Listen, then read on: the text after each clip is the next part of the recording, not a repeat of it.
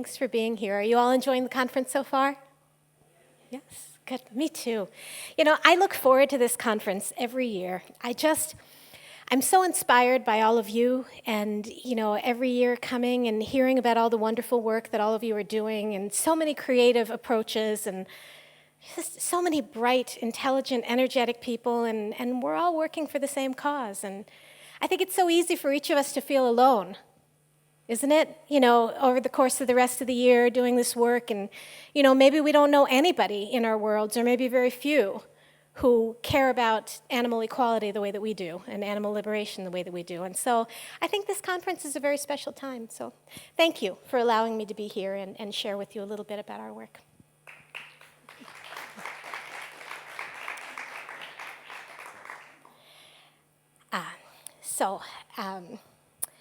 For those of you who don't know, I run an animal sanctuary that has 200 animals in it. We've been around for about 10 years. It's mostly farm animals.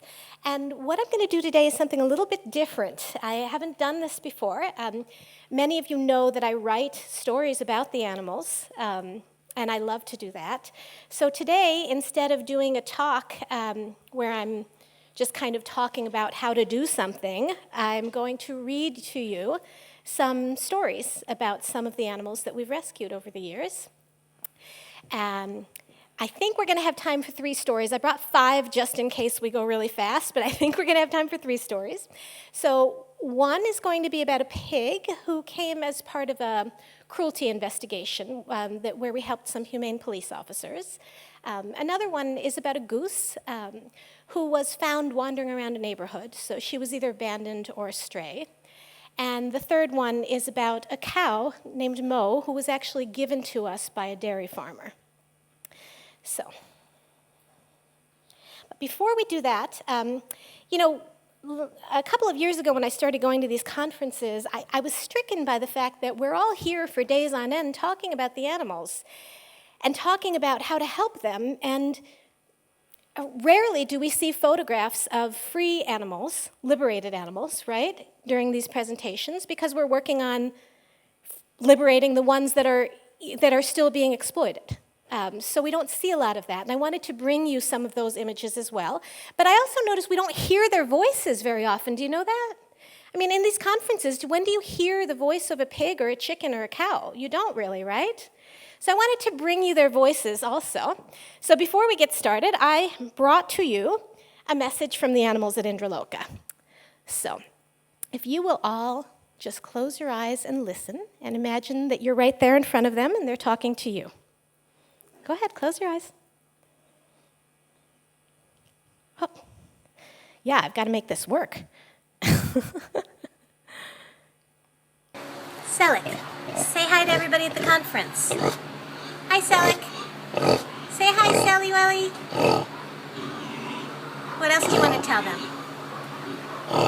Is there anything else you want them to know? Okay, good point. Thank you very much. Lily Pie, do you want to say anything to everyone at the conference? Lily Pie? Miss Lily Pie.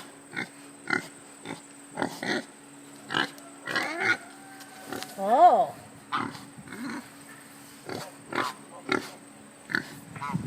Okay. Would anyone else like to send a message?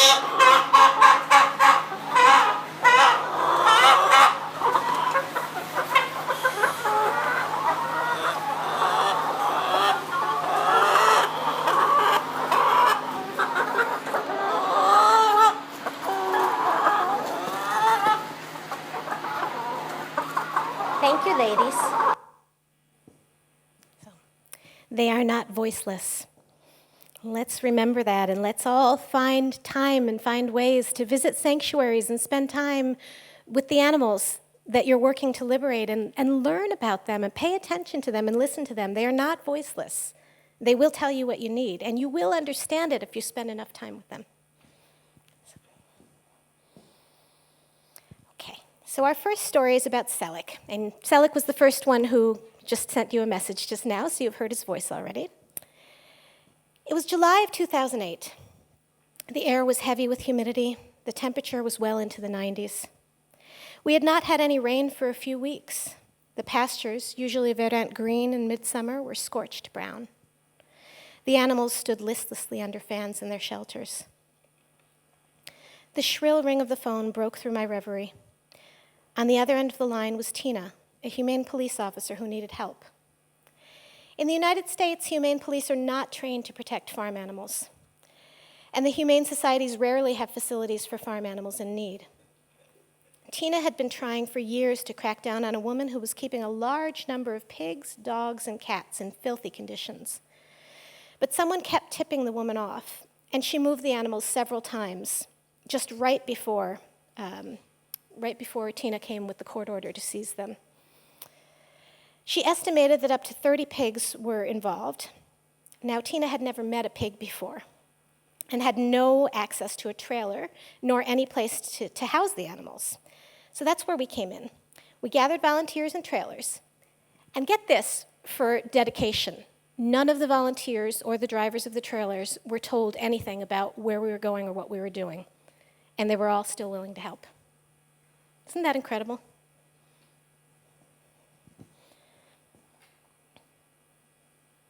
This is just a glimpse of the scene outside the woman's home, where we went to gather any remaining animals after moving the pigs, and as it turned out, chickens as well. So this just gives you a little indication. Now, somebody asked me before I got started if there's going to be any graphic photos. There are not. I'm not going to show you anything graphic. There's a couple of sad photos as we show you going through the rescue, but a lot more happy ones, and nothing really graphic. But this gives you an idea of what this woman's home was like for these animals.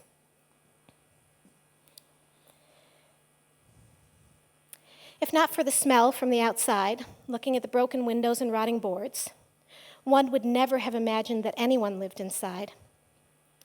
Yet the acrid smell of urine, old manure, and desperation gave it away. We entered cautiously, stepping over broken glass, rusty nails, and parts of old, broken-down farm equipment. The pigs huddled silently as far away from us as they could get. Clearly, they were terrified of humans. They were about double the number that we had expected. Sadly, of the 55 unaltered pigs, there were only 8 females and no babies. The evidence that we gather terribly suggested that the way that the pigs had survived were to eat the babies and the weaker pigs. If you know anything about pigs, you would know how terrible this is. They're very loving animals. They were just doing what they had to do to try to survive. All of them were emaciated. Many had open, festering wounds. There was not a single clean or soft place for the pigs to lay. There were no bowls or troughs. No evidence that they had been provided with food or water in a very long time.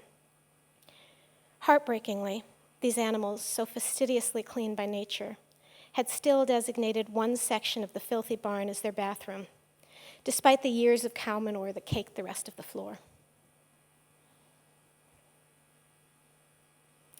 Pigs need to have their tusks and hooves trimmed regularly. Here's one sad example of what could happen if the tusks are not trimmed. This poor little guy's tusk had grown right into his eye. Every time he moved his mouth or tried to chew, he gouged his own eye.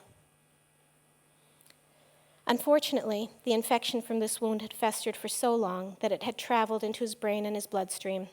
We had no choice but to have him euthanized. This is Selik. This is how we found him that day. He has no eyes in his sockets. We don't know why or what happened to him. He was emaciated and fierce. Somehow, this blind pig managed to survive. Tina had asked some local farmers to help out, thinking that they would know how to handle pigs. So the farmers, at first, kind of tried to take over, and they were yelling at the pigs and kicking them and chasing them, trying to get them to go out of the barn and into the trailers, and surprise, the pigs just ran away, and chaos ensued, and they were terrified. So smartly, finally, Tina did ask the farmers to leave. And then what we did was, and you can see a picture of it here, it's a little dark, but we took plywood boards that we had brought along, and we actually built a tunnel from where the pigs were to the doorway and into the trailer outside of the door. And then we very slowly and calmly, we waited until the pigs calmed down, and we just herded them gently into that tunnel. And they were still frightened, but we were able to do that, and then we needed to separate males and females because they had to be going to separate facilities to stay. And that was how we got them into the trailer from the barn. It was a very long process. Altogether, it took about 10 hours to load the pigs and also the chickens that we had found in that barn. We kept 4 of them at Indra Lahiri. The rest were adopted out to sanctuaries and loving homes. When Selleck first arrived at Indra Lahiri, he routinely fought with other pigs, and he screamed if any of us humans tried to touch him. We ended up separating him from the other pigs, thinking that perhaps he would be happier living alone. But Selleck had other ideas. Night after night, he broke out of his enclosure. In the morning, we inevitably found him sleeping with 2 turkeys, 2 ducks. Finally, we decided that that's where he wanted to be. So this is Selleck sleeping with Thelma and Louise and Lonnie right here. Today, Selleck's roommates include Tom and Henny the turkeys, Daisy and Opie the ducks, and Charlie the rooster. During the day, he freely ranges about the whole property. We don't keep him in any fences. And he just hangs out with all the birds and also 1 goat named Maddie. So, a lot of times people think, oh, pigs should always live with other pigs, right? Goats should live with other goats. But that's not always what they want. So one of the jobs that we have running a sanctuary is to listen to the animals and try to understand what they're telling us would make them happy. So, rather than running from us now, today Selleck runs eagerly to us when he hears his name called. Rather than screaming when we try to touch him, Selleck shamelessly begs for belly rubs from anyone and everyone. He is much beloved and he knows it. And this is Selleck today, just enjoying some sun, and here's Selleck with one of our volunteers named Stephanie. Selleck is a perfect example of overcoming the hardships of the past, changing one's ways, and making this life right here, right now, the heaven on earth that we all deserve it to be.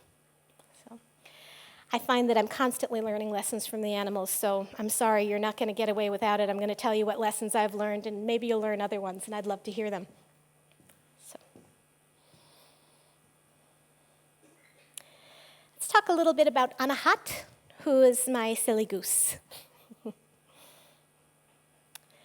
A supporter emailed us in early February.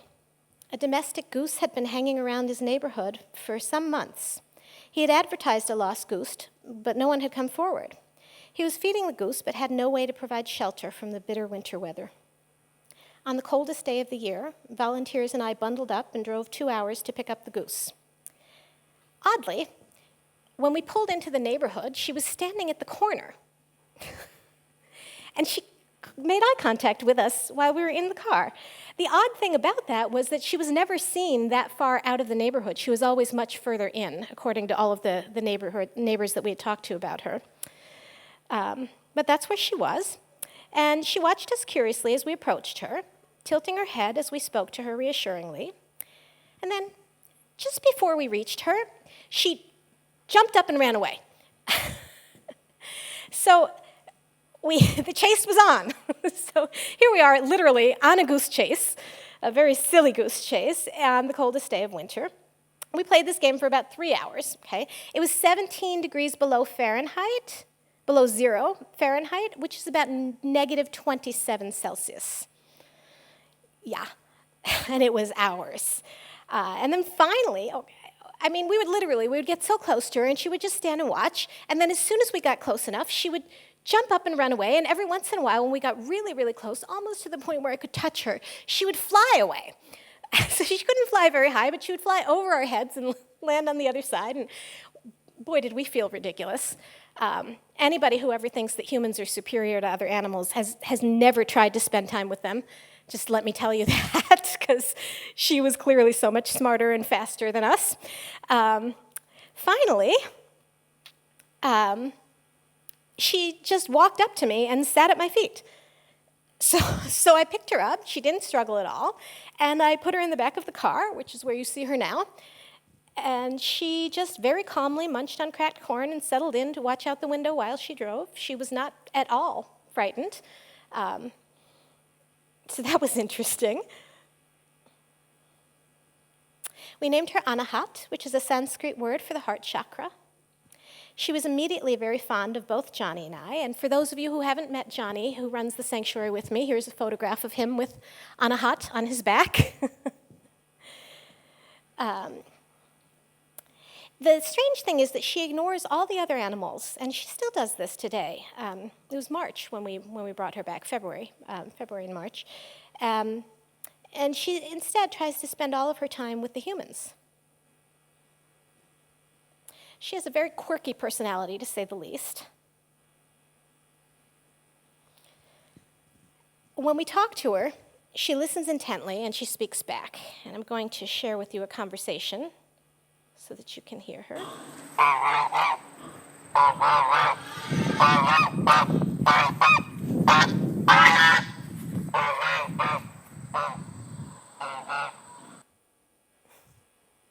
So she makes those noises all day long. Sometimes if I'm in the office working, she will come to the door and yell, and yell, and yell, and yell, until I come out.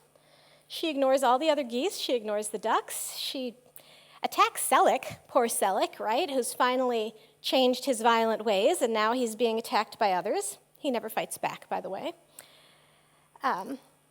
Oddly, one day, 2 ladies showed up at the sanctuary without an appointment. They said they lived in the neighborhood where Anna was found and asked to see her. Anna appeared to know them very well.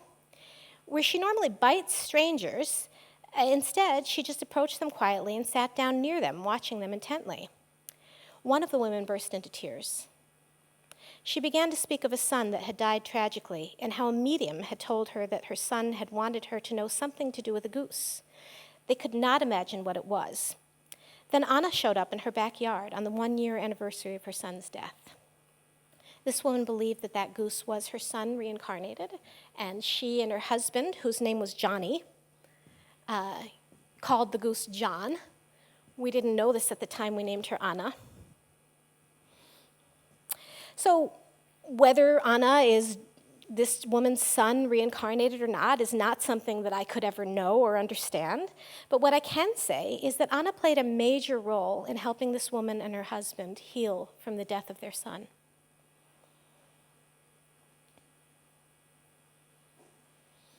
So that was Anna. Now, this next story I want to tell you is about a calf named Mo. She was surrendered to us by a farmer who bred her. This story is a little bit different because I wrote it with a younger audience in mind. So I hope you can appreciate a little bit more of a whimsical style. I'd like you to kind of sit back now, if you would, and just imagine yourself a child again as you listen to the story of wise and wonderful Mo.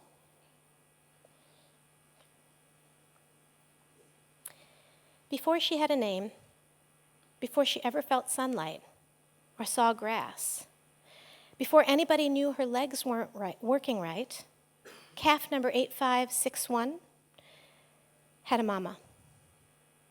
And oh, how her mama loved her.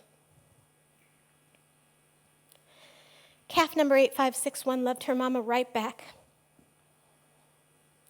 You may not know this, but once somebody, a human or a cow or a chimpanzee or a cat, once anyone is blessed with the feeling of mother love or father love, they are imbued with a special power. For this type of love is so pure that it transforms prayers into living, breathing angels that will light their children's paths, protect them from harm, and comfort them in times of need. Not only did calf number 8561 have her mother's powerful and pure love, but she was also a magical cow in her own right. You see, calf number 8561 had a special kind of vision. She could see people's souls. But calf number 8561's time with her mother was brief, and their life was not easy. They lived in a concrete barn, and well, let's just say life was hard. As the days went by, number 8561 grew quickly. She found it very painful, and her legs had a lot of trouble holding her up. Soon, they were permanently bent, and 8561 just kept growing. The farmer shook his head and said she'd never be a milk cow. A truck came. They loaded her onto it and drove her away while her mother cried and prayed and cried and prayed, as only a mother can. Calf number 8561 didn't cry at all, though. Her mother's prayers rode along with her like a cloud of hope, embracing her in misty light. When the trailer door swung open, the calf saw some things she had only dreamed of before. Sunlight, blue skies, and best of all, a green pasture. A friendly bevy of bovines greeted her. The herd matriarch, Penny, was wise and calm and very regal.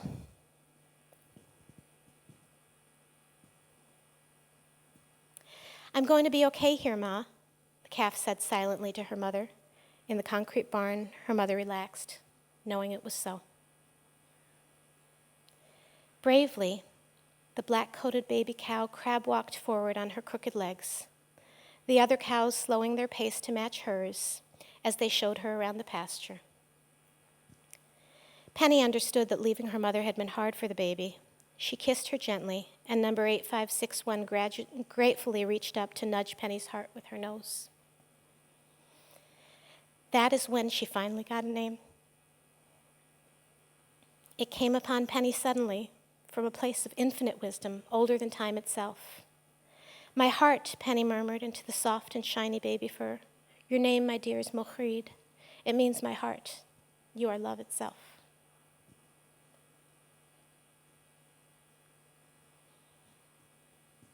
This is Mo and Penny in the pasture.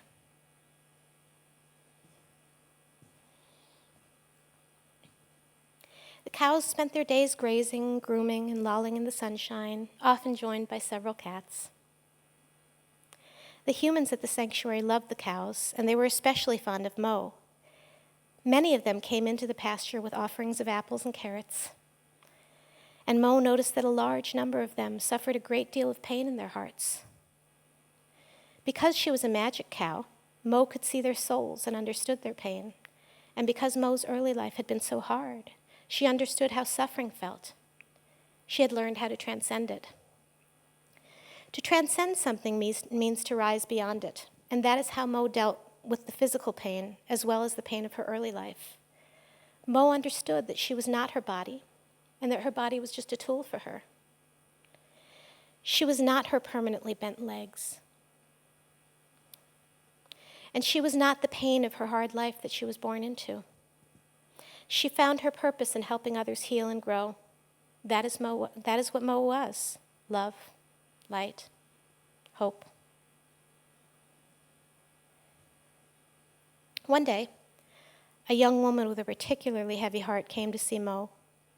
This young woman felt invisible. She thought she wasn't pretty enough or thin enough or funny enough for anyone to care about her.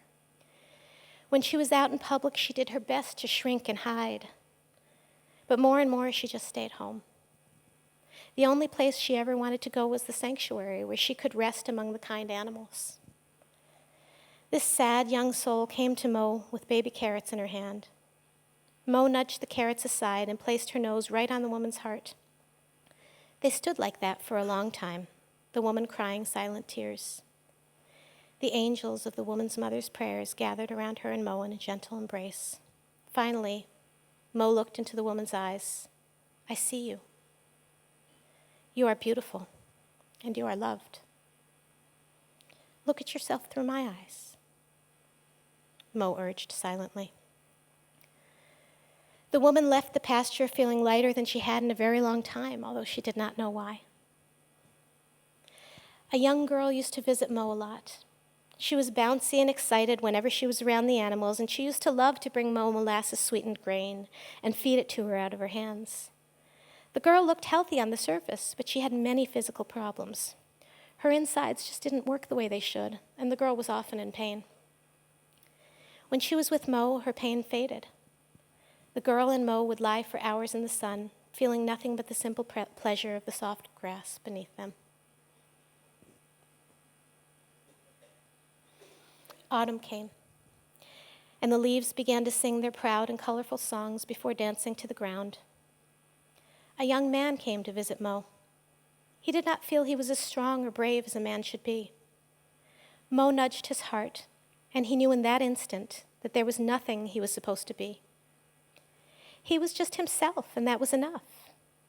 Surrounded by the angels of his mother's prayers, the young man began to live without judging himself, and he found he was much braver than he ever dreamed.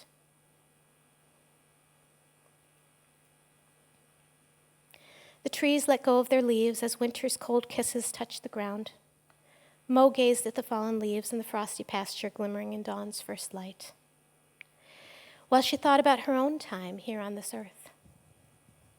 She was growing really fast, and her crooked legs were having a tough time holding her up. Mo was moving more slowly than ever now, and she spent most of her time lying down. Again, the angels of Mo's mother's prayers surrounded her.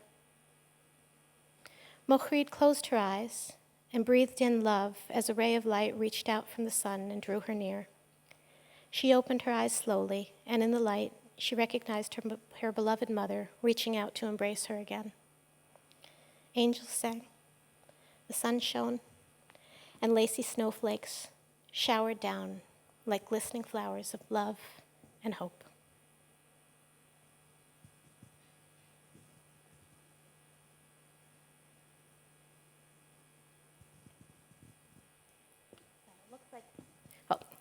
Looks like we may have time for one more story, but before we go further, there's something that I have to say.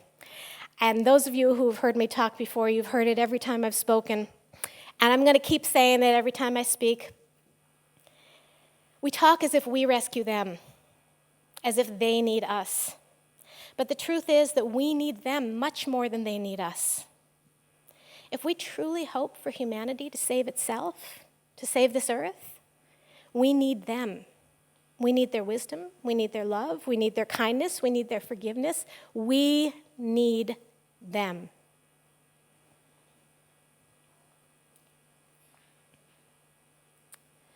So, I'm going to talk to you a little bit more because I've got just a few more minutes here.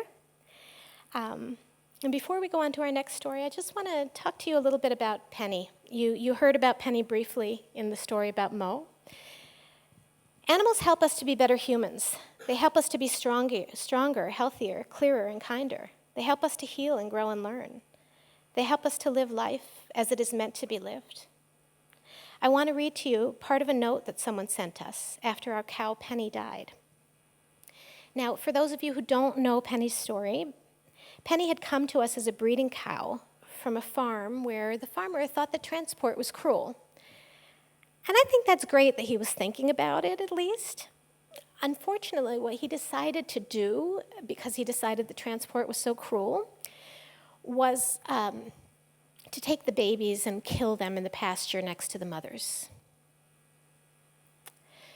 And then ship them to slaughter so that they didn't have to go through the transport process. Unfortunately, then, Penny was bred year after year after year after year after year after year after year. And each year, her baby was taken from her and slaughtered in front of her. So, after arriving here, Penny used to roam the sanctuary grounds freely, and she mothered all of the animals at Indra Lahiri, including the humans. When we brought home a starving, motherless calf named Muki, Penny began lactating. This was 7 years after she had last been bred. And there's actually a video on our website if you want to see this, of this happening. It was proof positive that cows do show compassion, if anybody is still questioning that. In this quote that I'm about to read to you, the woman who wrote this letter describes an interaction she had with Penny during an event at the sanctuary. I never even knew it happened, and I was so grateful to read about it. So this is from this woman's letter. When I saw Penny resting in the grass on the hill, I went to her and put my hands on her sweet head to feel her peaceful energy. Her story of having her babies taken from her and then her maternal reaction to Muki resonated with me. I had a son die when he was 4 and felt a connection with Penny unlike any I have felt with any human. Her eyes held some of the sadness that she had experienced, but they also held the love that she was now feeling at the sanctuary. She was the last one I said goodbye to that day, and as I touched her head, a tear ran down her face. I believe she sensed that we shared a connection of loss.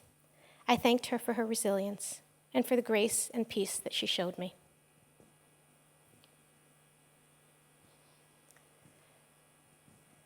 So, let me ask you, we have about 8 minutes left. Do you want to hear one more story before we do questions and answers? Yeah? Okay, another story. Okay, I'm going to talk to you about Thelma and Louise. And before I talk to you about Thelma and Louise, I want to just show you this brief video clip. This is them enjoying their Thanksgiving dinner. Does everybody know about the tradition of Thanksgiving in the United States? Does everybody know about that? Yeah, so it's a very strange thing where people supposedly have a holiday of giving thanks, and they do it by killing these turkeys and eating them. It's something that's very hard to understand, but at Indra Lahiri, we have a holiday of Thanksgiving, where we actually feed a feast to the turkeys. So this is Thelma and Louise enjoying their...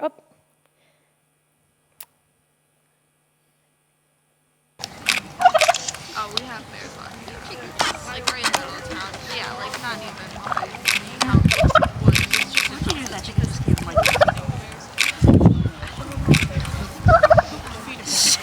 No, like they were like leaving food out, right? So, just a little clip, but it always cracks me up because I always think it's like, did you ever go with a friend to a restaurant that you thought the food was really, really, really good, and you're both like scarfing it down going, oh wow, this is really good, is yours good? And your friend's going, yeah, mine's really good too. Oh, mine's really good too. And they're kind of talking while they're, this is good, you gotta try some of this, right? Isn't that just exactly the same thing? I love it. So that's a bowl of cranberries and blueberries that they were eating so happily. It's so easy to make them happy. It's really just lovely. So, Thelma and Louise were rescued together in November of 2012, just minutes before their scheduled death. So this was a situation where it was one of those humane organic farms, free-range farms. Everybody familiar with those? So the birds are not kept in any cages. They're outside in these sort of mobile pastures.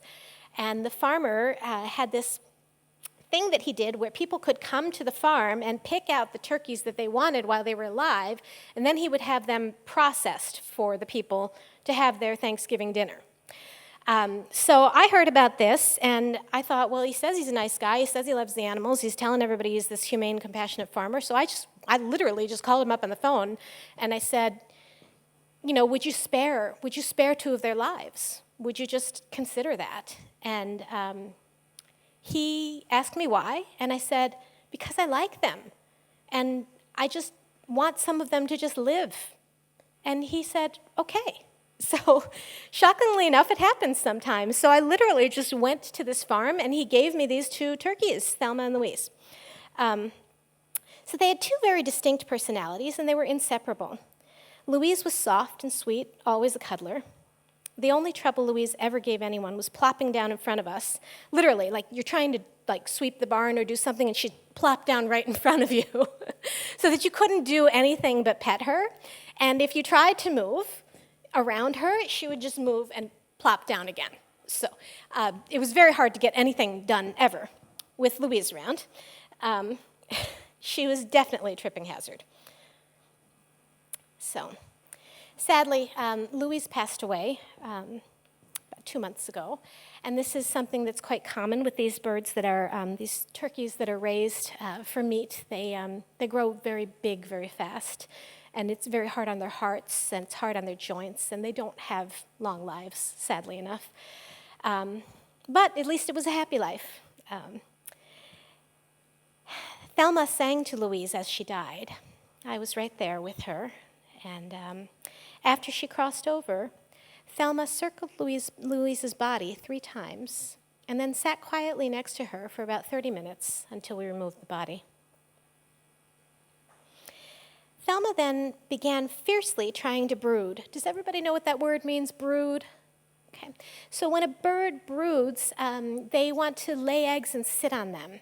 And the reason it's called, sometimes people use the word broody to describe a moody person. It's because the bird won't do anything else. When they really want to brood, they just sit on that nest, and they won't get up for food or water or anything. So we at a sanctuary have to take the eggs away from the birds, of course, because we can't breed.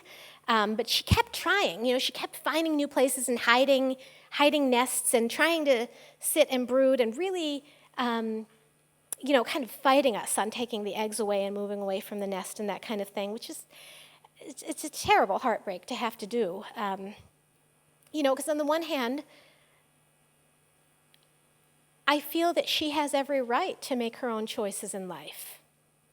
If she wants to have babies, who am I to say, no, you can't, right? And yet, on the other hand, as a sanctuary, we know that if we allow the animals to breed, that's less room to rescue more animals, and it's not responsible.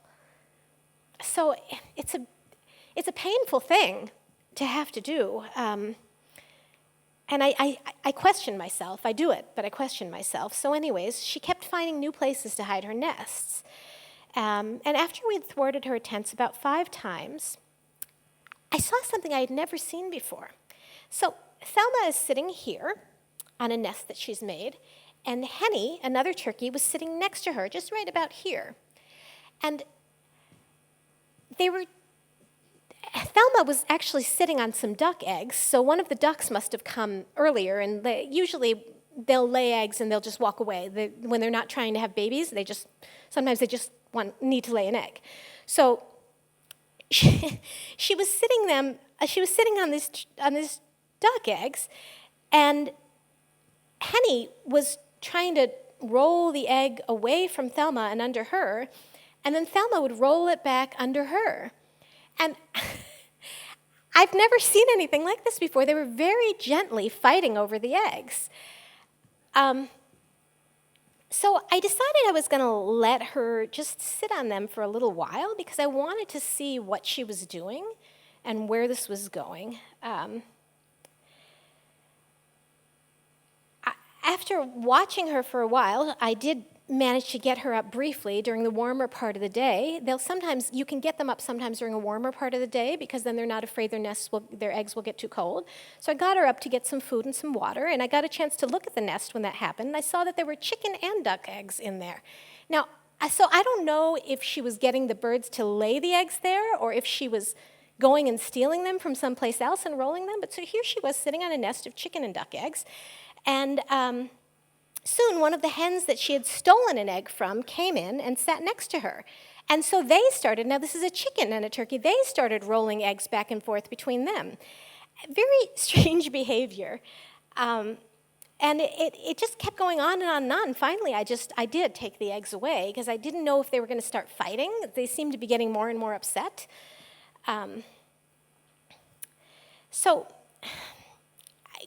All kinds of things were happening with Thelma as she was grieving Louise. And just as she appeared to be getting back to normal, Sheba died in her sleep. So Sheba is a peahen, and she was Thelma's arch enemy. So birds have a very strong hierarchical system, and Thelma and Sheba were always fighting over who was going to be in charge. So Sheba died. And I was on a ladder removing Sheba's body from the perch where she had been sleeping as she died, and Thelma wandered over and just watched me intensely. So I laid Sheba's body on the grass, and Thelma circled it 3 times. And then she sat quietly next to it, just as she had done with Louise. She then fell into another period of deep mourning. She finally emerged from that mourning, only then a few weeks later to actually lay down and die. And again, she was old by that point by the standard of how long those turkeys live, but I do believe that she died of a broken heart. I do believe she was just that close to Louise. So Thelma is just as much of a whole and complex, deeply feeling person as any one of us, and perhaps even more so. I think that's important for all of us to know. So I have been given my time warning, so I'm just going to go back so you can see my contact information. You're very welcome to keep in touch with me. I would love it, in fact, if you would. And in fact, I want to tell you two things, and then we'll go to question and answer, okay? So one thing is that tomorrow we are showing a film right here in this room. I think it's at noon. It's called Truckin'. And how many of you saw the work in progress last year? A few of you? Okay. It is nothing in common with what you saw last year. But your input was very valuable. So it's a totally different film now. But it's fantastic. I think you're going to love it. It's actually, it focuses on a pig who had jumped out of a truck that was on its way to slaughter in the middle of a busy rush hour highway. And it shows his discovering that he's free and the whole process that he goes through. It's almost entirely silent, so it's something that you can, no matter what language you speak, you can understand it because you're really just watching the animals. And it's quite beautiful. I hope you'll come. And I hope you'll tell others to come too. We'd love to share it with you.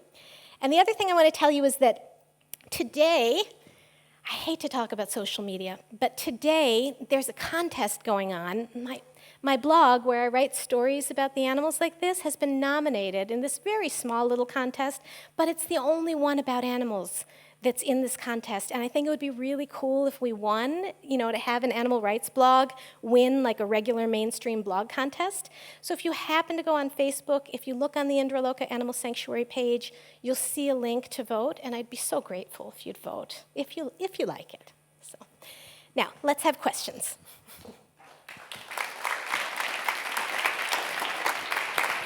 Thank you very much, Indra, for your heart-touching and inspiring talk. You really touched my soul, and I cried, as I told you before. So, are there any questions? I mean, we have time for one or two, unfortunately.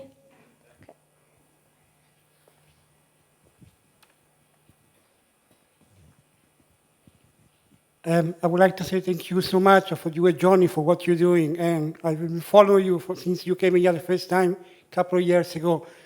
Your story is very, very inspiring. Are you planning to make a book with all your animal stories?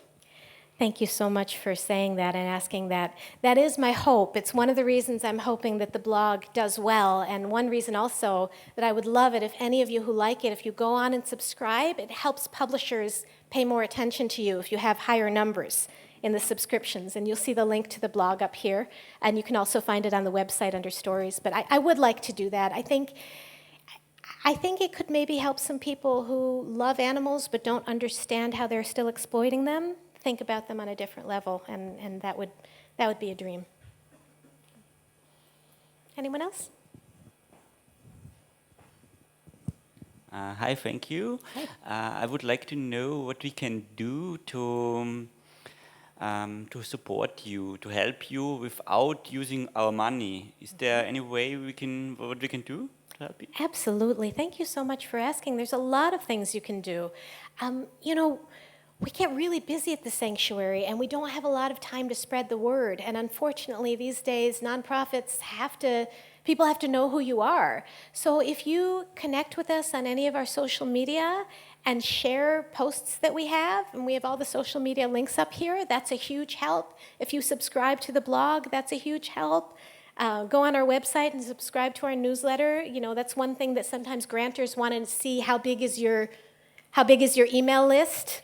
So those things can all help us. And telling people, if you like the work that we're doing, please just tell people about us and send people our way. Is there a way to work directly with you if you come to the US, for example, to work for 2 weeks or 3 weeks, for example? Absolutely, we would love that. We would really love that. Thank you for asking. Okay, We're working right now on trying to get some housing on site. In the meantime, there is a house next door that is available for rent. So there's a place that people could live and come and help us that way. We would love that. And we're actually also hiring for 2 positions right now. And I know many of you are not eligible to work in the United States and live far away, but maybe you have friends in the United States, so maybe passing the word about that would help too. In Pennsylvania, yes. One further question? Okay, then thank you again, Indra. I hope to see you all tomorrow at noon, and I put some business cards up here too. Feel free to come and take one. And if I haven't met you in person yet, please come and say hi to me sometime during the conference. I'd love to hear about the work that you're doing. Thanks for coming to listen.